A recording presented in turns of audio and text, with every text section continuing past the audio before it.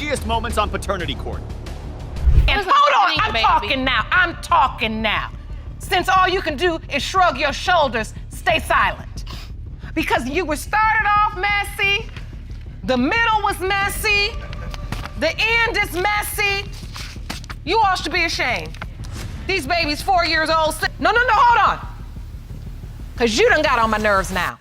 Because you got a smart mouth, but you're not smart enough to know when you're lying. Sitting up trying to pin a baby on a man. The cringiest moments on paternity court. Sometimes awkward situations can lead to some of the most entertaining moments ever. Ms. Mullins thinks her ex-husband, Mr. Lamb, is more of a wolf than a lamb. He's brought in buckets of drama, and boy, are we here for it. So today, get ready to raise your eyebrows, grind your teeth, and pull out your hair. It's about to get wild.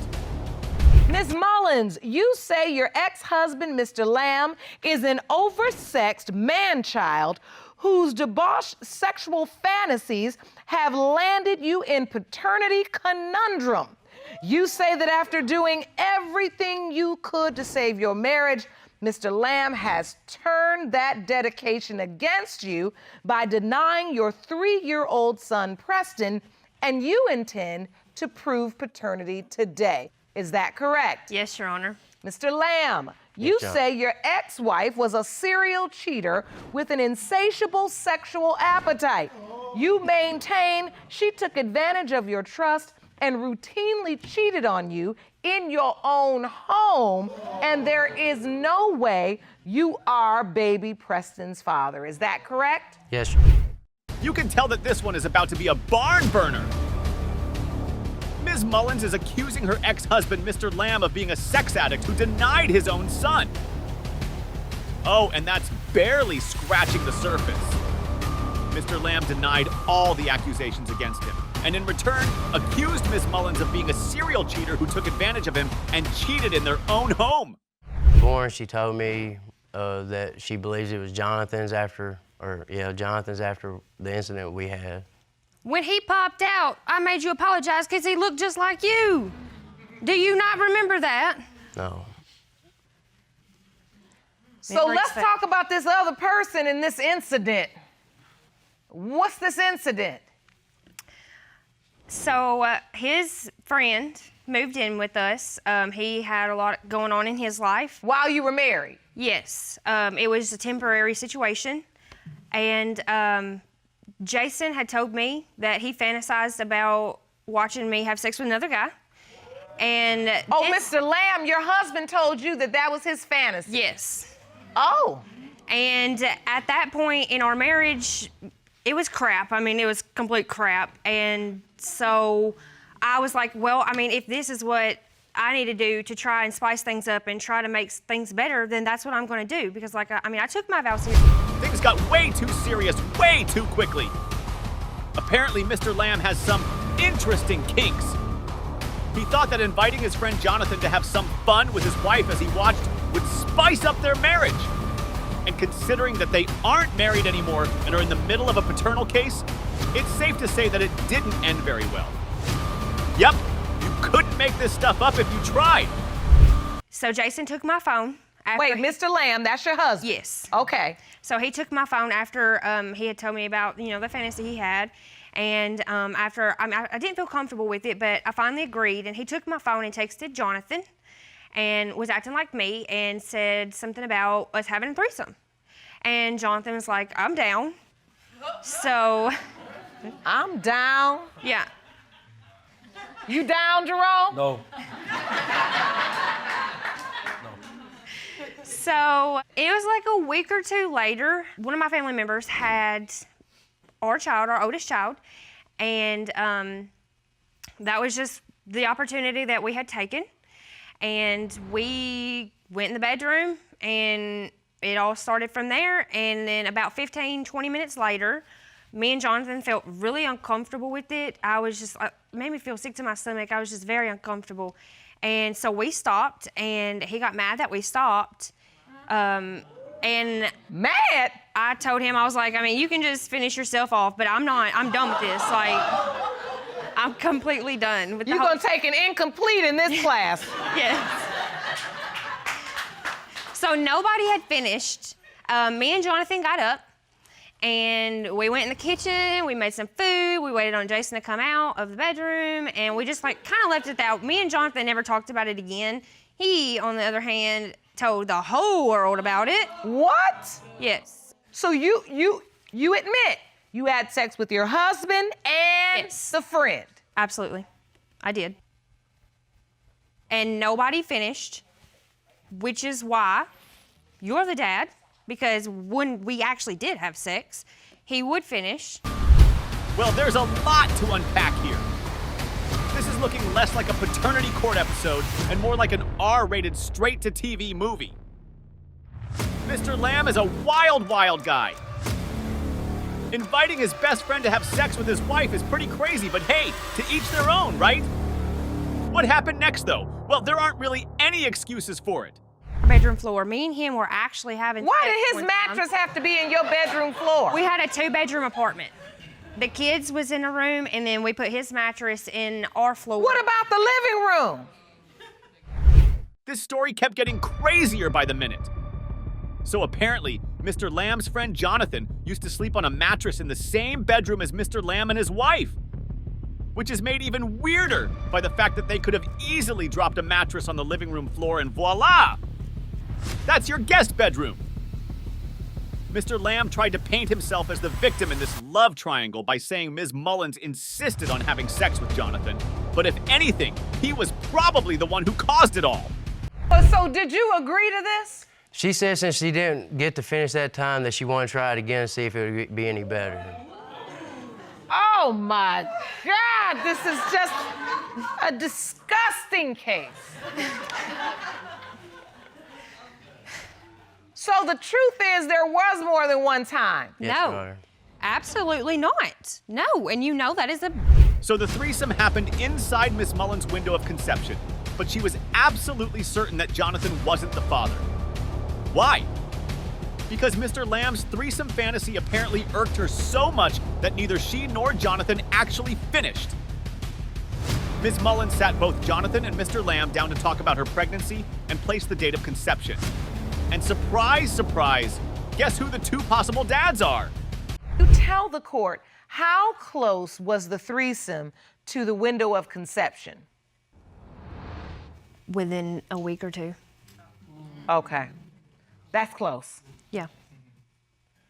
Did you ever tell Jonathan that he was the father? I told him the dates, and we all three sat down and calculated it all, and we were all just stumped. But I mean, like I said, me and Jonathan, our argument was that he never finished. It only lasted for 15, 20 minutes. Granted, it only takes one, but he never finished. There's no way. He's the father, and he knows he is. Based on Ms. Mullins' testimony, we've already established a few things. The two main ones being that this was no ordinary couple, and the second being that Mr. Lamb has some very odd ideas. Either way, we've got to take all sides into account before passing judgment, so it was now Mr. Lamb's turn to give his version of events. That Ms. Mullins told you you are not the father. Yes, Your Honor. When did this happen? And can you give me the specifics? Not off the top, but I do know she has over and over told me that he is the father and that he looks like him. That he looks like the other guy? Yes, yes, Your Honor. She's told you this? Yes, countless times. I mean, I told him there were similarities. If we get to thinking about it, yes, but there's a lot of similarities between him and Jonathan as well. So that don't mean anything. Well, that wasn't a very strong argument, was it? So far, Mr. Lamb has been a step behind Ms. Mullen, and his idea to have a threesome turned out to be a complete disaster. The thruple is broken up. Jonathan doesn't think he's little Preston's dad, and neither does Mr. Lamb. It's the most awkward situation you could think of. Oh, Mr. Lamb, are you still friends with Jonathan? No, Your Honor. You're not? No, Your Honor. Have you had any conversations with him? I let him know back then that there's a chance that he was the father or I was, and we really ain't really said much about it, but... What was his response? He was so gung-ho back then. What was he like when you said you could be the father? He didn't like hearing it. He was against it. He don't want to be the father of the baby. So you see how these threesomes work out. Not good. They get you in some trouble. So what's your relationship like with Preston, Mr. Lamb? Preston's 3. Yes, Your Honor. I mean, as soon as he was born, you know, I was trying to be happy about it. I was there for all the doctor appointments, everything. And after he came out, and then we were trying to figure out if it was mine or not mine, then she told me it was his, then I just went with it. Like, I felt like she knew more than I did about it. So where's Jonathan? Does he have a relationship with Preston? He does not.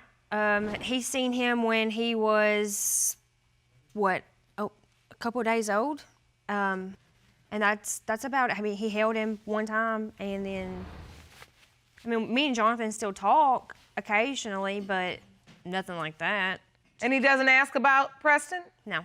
Do you know where to find him if Mr. Lamb is not Preston's biological? The judge has heard enough, so let's recap. Jonathan was an active third wheel a while ago, but now he's nowhere to be found. Mr. Lamb has been the stand-in dad for little Preston, but he's always had his doubts about being the kid's biological father. Everything is a mess, and only one thing can clear it up: the DNA test results. When it comes to 3-year-old Preston Lamb, it has been determined by this court. Mr. Lamb, Sure. you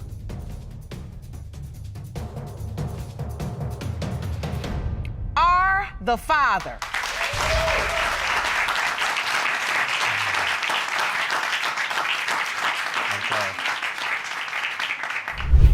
Mr. Clark looked like a guy who hadn't slept in days. He was suing his ex-girlfriend, Ms. Bailey, for damages caused by her torching his belongings, alongside a DNA test that would prove he wasn't the father of Ms. Bailey's 2-month-old daughter. Yeah, this one didn't take any time heating up. Ms. Bailey made sure of that.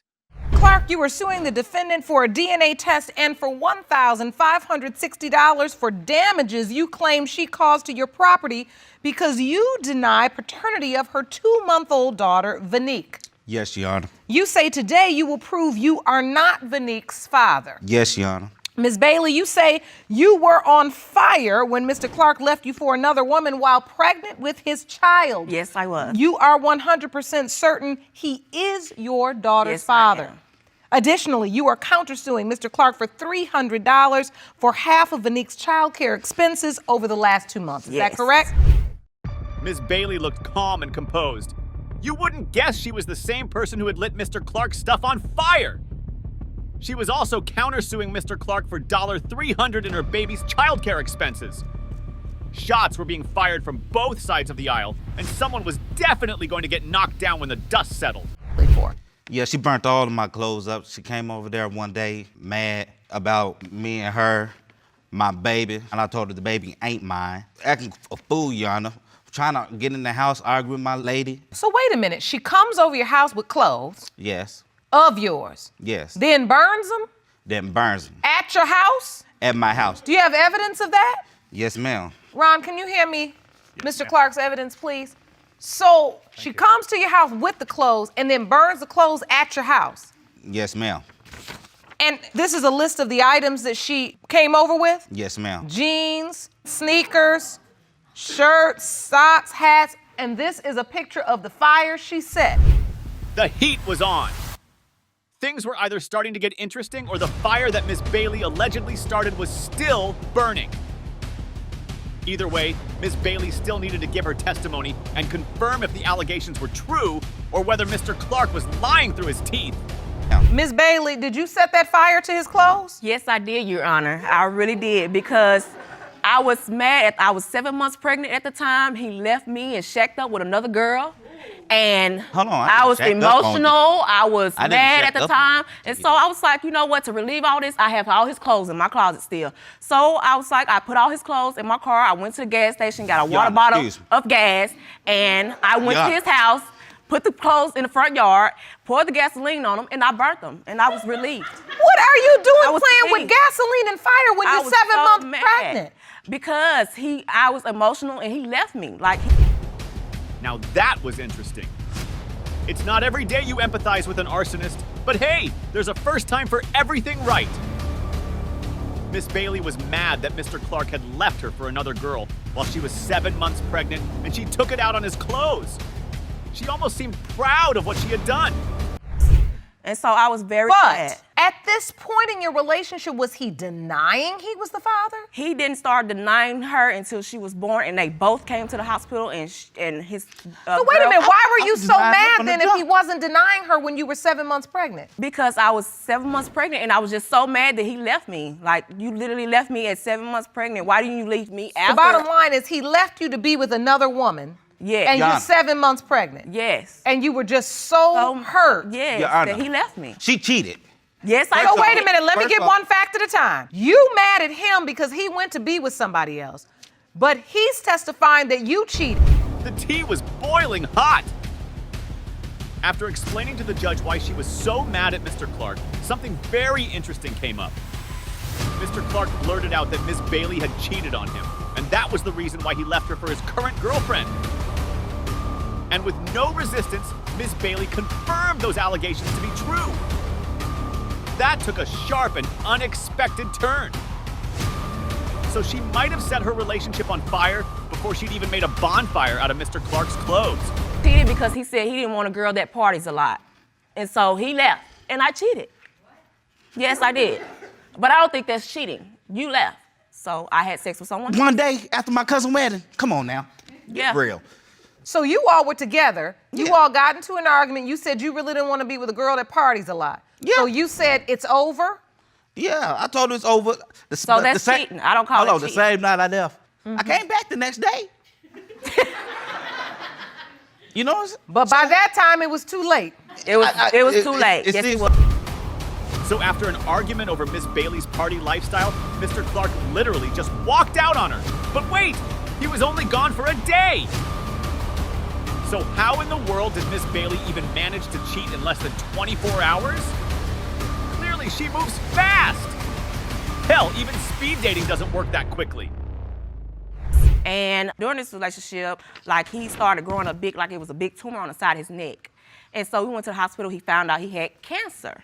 From there, he got admitted to the hospital, and he started his chemo sessions and everything. But before then... And you all were together when this happened? Yes. They said, are you guys interested in having children? And we both like, yeah, you know. And they was like, well, there's an 80% chance that he can't have children during his chemo. So you know I can't have kids. But there's still that...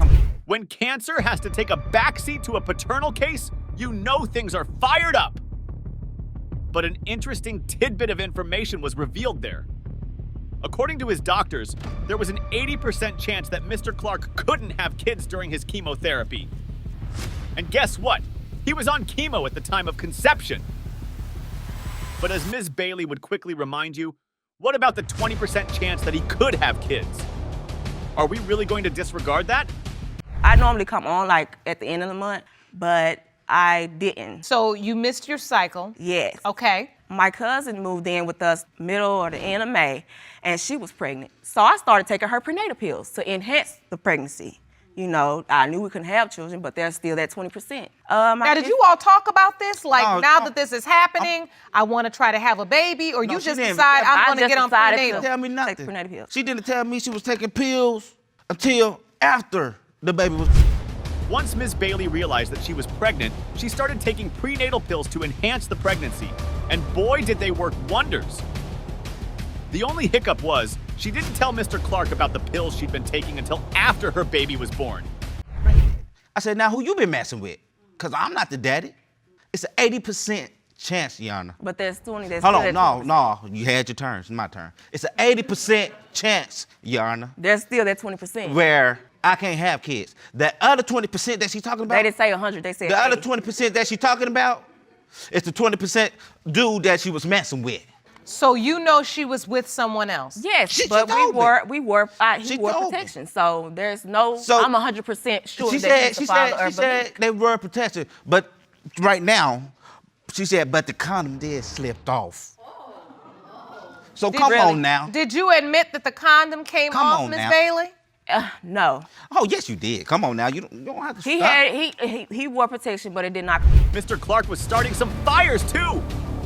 The only thing was, his were right there in the courtroom. So according to him, Miss Bailey had been messing around with someone he knew, which paired with the fact that his chemo did a number on his reproductive capabilities, made him sure he wasn't the father. Doubtful until like after I had her and his girlfriend was like, I don't think that baby's yours. You felt like he was happy about it? He was happy. He And was. I was too, very emotional because from that point I was like, well, he can't have children. There was 80% chance that he can't have So you're children. thinking this 20% miracle has come to pass? Yes, Vanique is a miracle baby. We really wanted to understand medically how this works. And so the court would like to call a witness.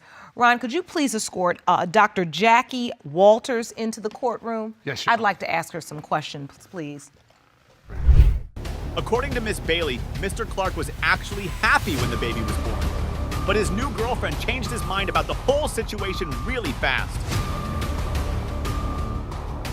Before the said girlfriend could join Mr. Clark on the stand, the judge thought it would be a good idea to have a medical professional confirm or deny all the numbers and speculation around Mr. Clark's chemo sessions and their toll on his childbearing capabilities.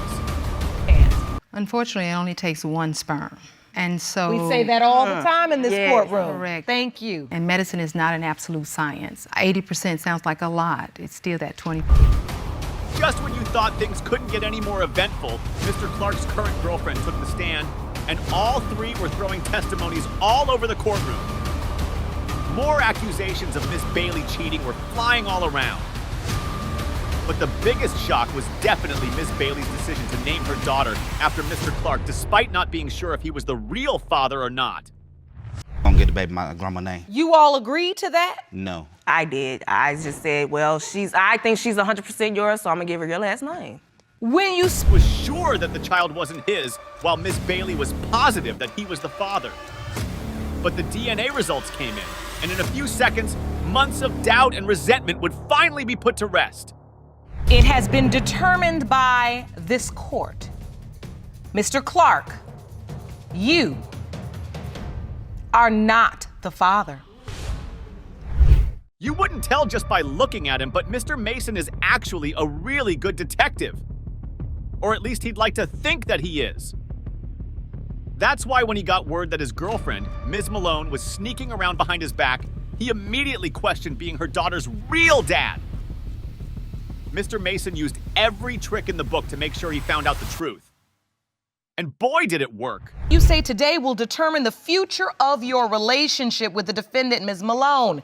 You say you lost all trust when you set up a watchdog to keep tabs on Ms. Malone and discovered that she had men coming in and out of the house while you were at work. And now you believe 1-year-old Avery is not your daughter. Is that correct? Yes, Your Honor. Ms. Malone, you admit to cheating on your boyfriend, but are positive he's Avery's father. Today, you are hoping the DNA test will restore your relationship. Is that correct? Yes, Your Honor. All right, Mr. Setting up watchdogs, keeping tabs? Mr. Mason is either extremely insecure or he sure has a thing for sleuth films. Ms. Malone, on the other hand, is desperate to prove her boyfriend wrong and get their relationship back on track. But that's easier said than done. I found out that she was doing a lot of sneaking around when I was in the house. What kind of And- sneaking? Going through the alleys, meeting people. In the alley? In people's cars. You were walking in alleys, Ms. Malone? Yes, I was sneaking around, in fact, but there was a break. You were sneaking around doing what? seeing other guys. But there was a break because he wasn't showing me any attention. We wasn't on a break at all. We wasn't on a break. Were you For all my committed? knowledge, Okay, so Mr. Mason's suspicions were right. Sneaking around in alleys and hopping into random cars is definitely questionable behavior. But perhaps even more surprising was the fact that Ms. Malone admitted to everything without any hesitation. Yikes, this one is off to a fiery start. Are you living together? Yes, ma'am. Yes, Your Honor. You're off, but you live together. Yes, Your Honor. It's been like that. How's that work? It's real awkward, but I'm there for the kids, and because I still love Miss Malone, and I was hoping that we could work it out, but. So that's why today's results are so important, because truthfully, when I say your relationship is on the line, it's more than just a relationship, it's your home. I mean, you all are still living in a home together. Yes, Yes. Your Honor. The stakes are high! With the couple still living under one roof and taking care of their daughter Amara, the truth could literally make or break this household. With the way things have started, it's easy to tell that theirs is not a happy home. What happened? I had a friend watching my front door who lived right across from where we lived at. Oh, you had a watchdog, right? Yes, Your Honor, every time I went to work. She blamed it on because me and her wasn't having any intimacy or anything like that. Do you remember that confrontation, Ms. Malone? Yes, Your Honor. And then what did you respond? I told him that it was my father that came to the door. And he actually asked my father, and my father said, yes, I came over there that day. Did your watchdog say that there were any other men, Mr. Mason? Yes, Your Honor. Really? There were multiple. Did he give descriptions And- of all of them? No, Your Honor, Yes, it was Your not. Honor. Yes, No, it Your Honor, wasn't. he actually did. No, Yes, it wasn't. Your Honor, he actually did. When I cheated on Mr. Mason, we was having problems in our relationship. Because the simple fact he was not showing me any attention, he just wasn't being a man that I expected him to be. Okay, so let me say this. When it comes to the window of conception, that's what's relevant as it relates to the paternity. So when you cheated, when you were out with this other person, was that during the window of conception? Yes, Your Honor, it was. It was. Yeah. All right. Now, when you were cheating, did you all use protection? No, Your Honor. Okay. When you cheated, did you also have an intimate relationship with Mr. Mason during the same window of conception? Yes, Your Honor, multiple times. After all the detective work he put into their relationship, Mr. Mason should probably consider a career in law enforcement. Unfortunately, Ms. Malone was a busy bee in the neighborhood. And with her cheating around the date of conception, there was a very good chance that Amara might not be Mr. Mason's daughter. You also say to him, and you know because I cheated, it could possibly be the other guy's child as well? Yes, Your Honor. So she did tell you that, Mr. Mason? Yes, Your Honor. Why'd you hesitate? But I had to find out about the other guy from waking up out of my sleep, Your Honor. No, Your Honor, he did not. What happened? I overheard a conversation between her and another individual about she found the other guy on a website and how much Avery and the other guy and the other guy's child looked just alike. When I brought it to her attention, Your Honor, that is not true. She said she didn't want me to find out like this, and that I was awake and I overheard everything. Your Honor, that is not true. However, I told him as soon as I found out I was pregnant with her, he had so much anger, he decides to announce it with a room full of our friends and my... Now this is one messy situation.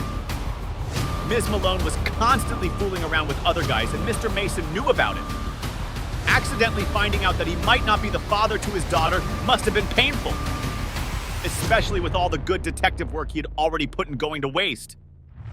Your Honor, at first it was two guys that popped up at our doorstep saying they were Avery's father. What?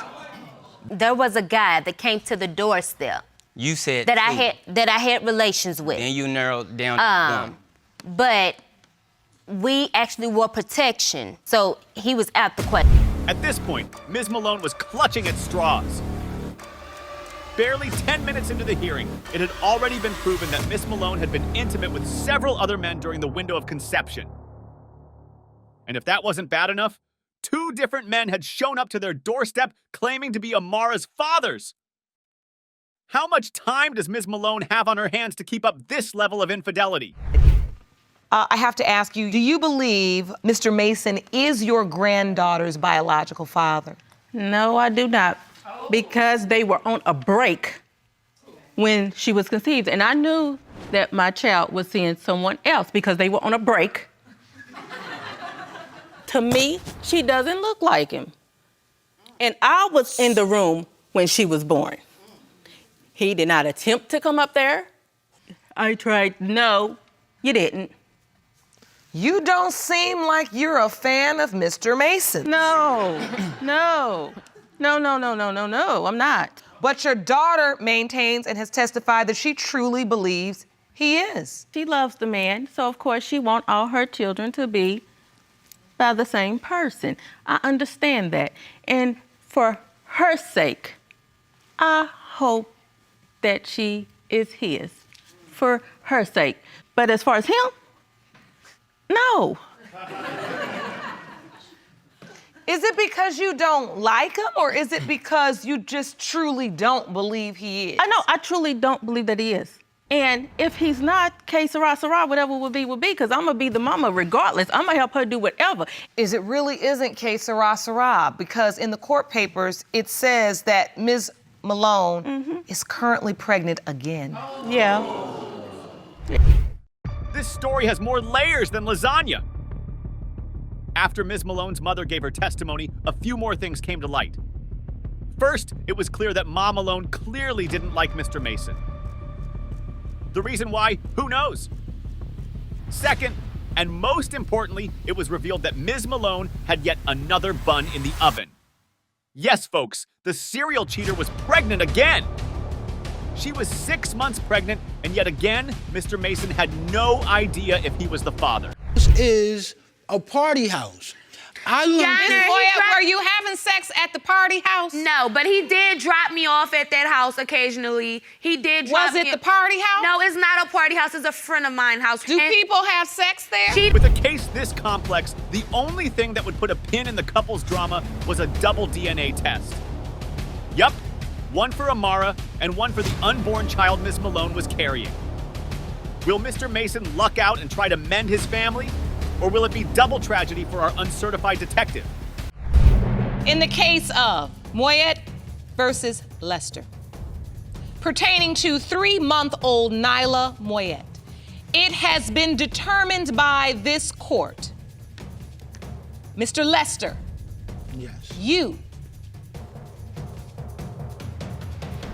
are Nyla's father.